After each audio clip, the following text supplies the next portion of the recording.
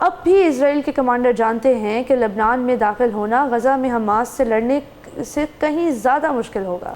Basically ہم نے یہ تو کہا کہ اسرائیل اپنی غلطیوں سے جو ہے نہیں سیکھ رہا، یا اسرائیل جو ہے وہ جو عورتوں اور بچوں کو بچانے کی کوشش نہیں کر رہا۔ اس کی بیسیکلی وجہ یہی ہے کہ Israel is just seeing it on the face کہ وہ اپنے خلاف ٹیررسٹ اٹیکس جو ٹیررزم ایلیمنٹس ہیں ان کو نشانہ بنائے، جو کہ لیکن اصل میں اس کا جو ریئل مقصد ہے وہ اپنی دنیا پر یا جو مڈل ایسٹ اس پہ اپنی اجارہ داری قائم کرنا چاہتا ہے اور لوگوں کے دلوں میں خوف ڈالنا چاہتا ہے، اور اپنی بیسیکلی اپنی امپیریلزم اور ایک اپنا اپنا کو ایک پاور سینٹر کے طور پر جو ہے اپنا قائم کرنا چاہتا ہے۔ اٹس کوائٹ انٹرسٹنگ کہ جس نازی ہولوکاسٹ سے بچ کے یہ جیوز آئے تھے اور انہوں نے اپنا لینڈ ڈھونڈا تھا، اسی قسم کے نازی بیہیویئرز اب اسرائیل کی پوری جو عوام ہے وہ ایگزبٹ کرتی ہے۔ آپ کسی بھی اسرائیلی سٹیزن سے بات کر لیں، جتنا غصہ، جتنی نفرت اور جتنی جس کو کہتے ہیں جارحانہ خیالات ان کے ذہن میں ہیں، تو یہ اکراس دا بورڈ ہے۔ اور ہم نے کئی ایگزامپلس ایسی دیکھی ہیں کہ جو مشہور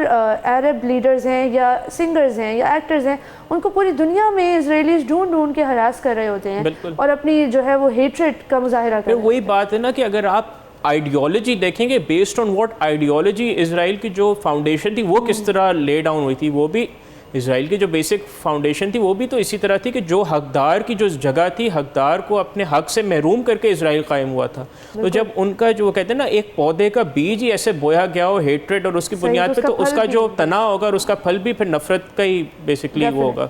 so that is actually correct. لیکن ناظرین یہاں ہم آپ کو بتائیں کہ حزب اللہ نے پچھلے 18 سالوں میں جنوبی لبنان میں ٹھوس چٹانوں میں سرنگیں اور مورچے تیار کیے ہیں۔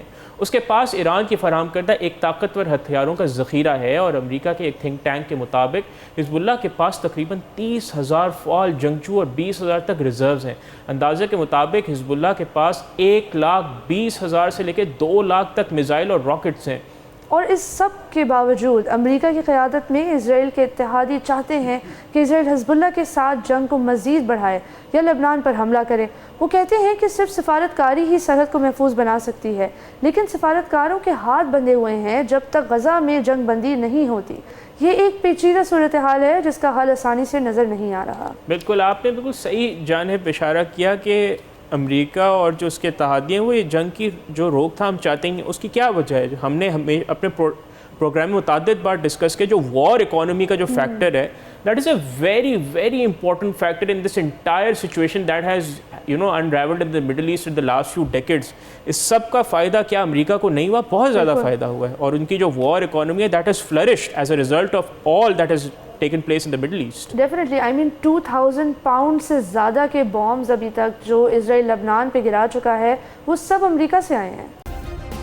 سبسکرائب کریں اور بیل دبائیں تاکہ کوئی خبر رہ نہ جائے۔